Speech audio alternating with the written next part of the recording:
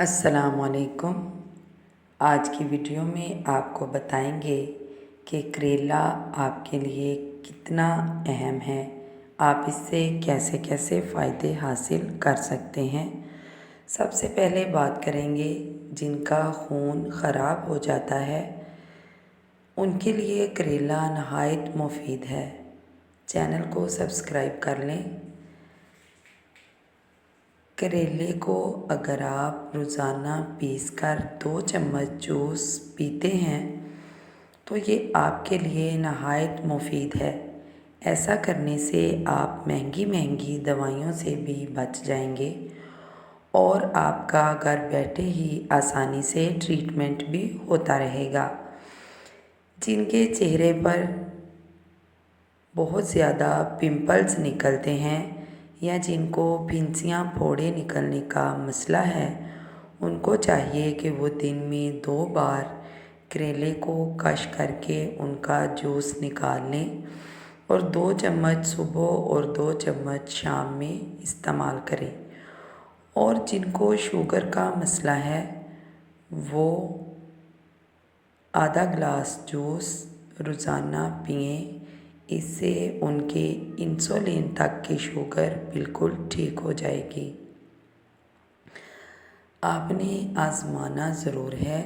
करेले की कड़वाहट खून को साफ़ करती है, रंगत में चमक लाती है। आप इसका सालन भी बनाकर खाएं और कुछ लोग इसको छील कर पकाते हैं। जिन्होंने सिर्फ़ शौक़ के लिए खाना हो वो इसको छील कर पका सकते हैं, लेकिन जो बीमारियों में शिफा हासिल करना चाहते हैं उनको चाहिए कि वो करेले बग़ैर छीले पकाएं। इनको अच्छे से धोएं, इनके किनारे काटें और हल्का सा इनको साफ़ करके तो इनको इसके ऊपर वाली जिल्द के साथ ही पकाएं तो ये आपको ज़्यादा फ़ायदा देगी। आप इसके जूस को रोज़ाना किसी भी वक्त इस्तेमाल कर सकते हैं। इसका कोई मखसूस वक्त नहीं है।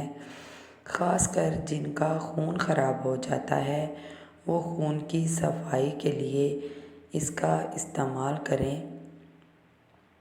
जैसे खून साफ़ करने के लिए साफ़ी काम करती है, इसी तरह करेला भी आपके खून को साफ़ करने का काम करता है। इसके लिए आपने फ्रेश करेले लेने हैं। आप कोशिश करें कोई भी रेमेडी जो आपने करनी हो उसके लिए चीज़ें फ्रेश इस्तेमाल करें। फ्रीज़ की हुई चीज़ें आप इस्तेमाल तो कर सकते हैं, लेकिन उनकी अफादियत में कमी आ जाती है।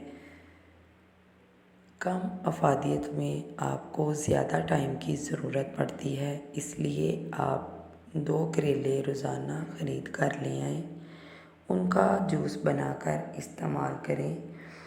इससे आप बहुत जल्दी देखेंगे कि आपको खून के मसले ख़त्म हो रहे हैं, आपका ज़ियाबतीस कंट्रोल हो रहा है।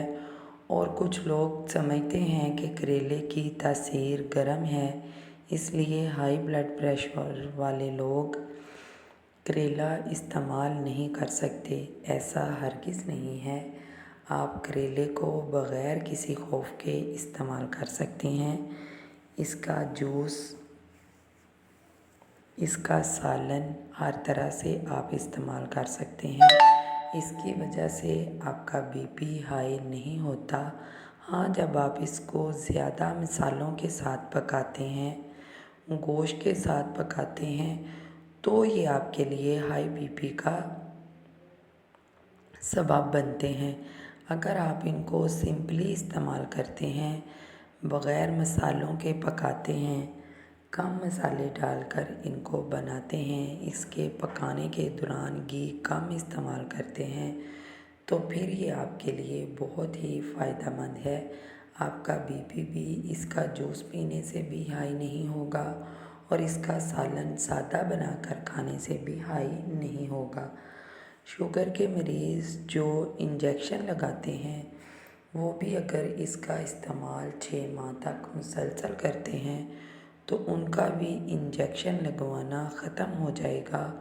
آپ کو شوگر جڑ سے ختم کر کے دے گا۔ اس کا جوس آپ روزانہ استعمال کریں، خود بھی استعمال کریں اور دوستوں کو بھی بتائیں۔ ملیں گے انشاءاللہ کسی نئی ویڈیو میں۔ اللہ حافظ۔